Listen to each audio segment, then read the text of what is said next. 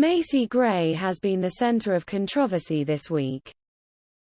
The singer received backlash for comments she made about gender identity during an interview with Piers Morgan, which prompted critics to call her ignorant, transphobic, a one-hit wonder and a TERF, transgender exclusionary radical feminist. Gray has continued to speak out about her statements, including on Wednesday in an Instagram post, in which she revealed that her new album, The Reset, was pushed back to August 10. It was originally, "All of you coming on my page, threatening me and calling me names, just because I said something you don't agree with. Be whatever you wanna be and FK off," wrote the 54-year-old, who later said in an interview she never meant to hurt anybody. Gray told Today host Hoda Kotb it's just about education and wants to get to a point where everyone can understand each other. She noted it has been a huge learning experience for her. "Being a woman is a vibe, and it's something that I'm very proud of," she said. "And it's very precious to me, and I think that if you, in your heart, feel that that's what you are, then that's what you are regardless of what anybody says or thinks." Shortly before the singer made her controversial remarks, she spoke to Fox News Digital about how the events of 2020 inspired her to create The Reset. In May of that year, she, along with the rest of the country, saw a graphic video of armed. In February 2020, the 25-year-old Arbery was shot in a suburban neighborhood about 15 minutes from downtown Brunswick, Georgia.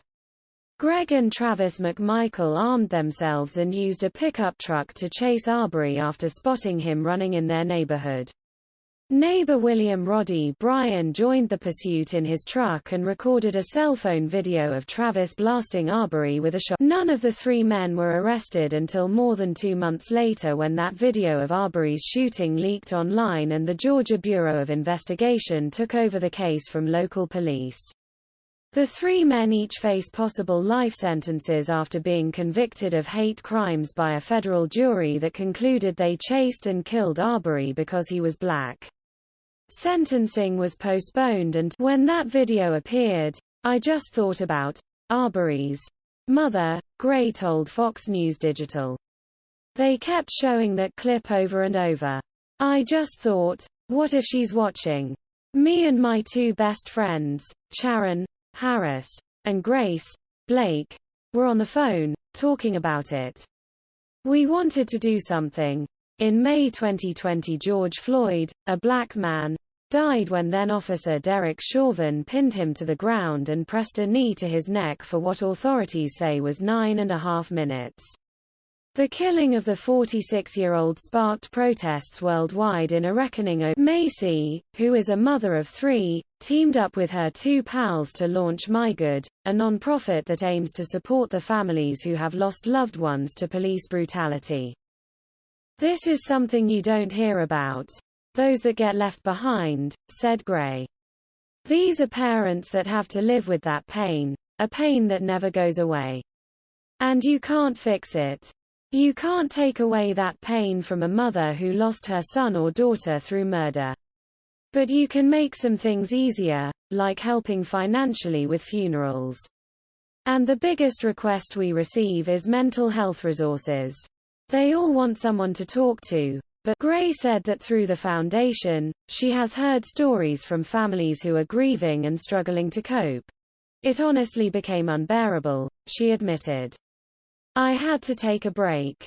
We were talking to parents on Zoom, and I was sharing these stories on my social media platforms to raise awareness. But I had to take a break because it was so painful hearing these stories. It was heartbreaking. I feel bad saying that.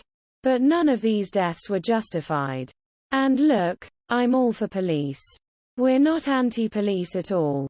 But you still have a mother, a father, sister, brother, son, daughter, who will never be the same because of this. And every time my son goes out, I get worried sick. He's 26 and can handle himself.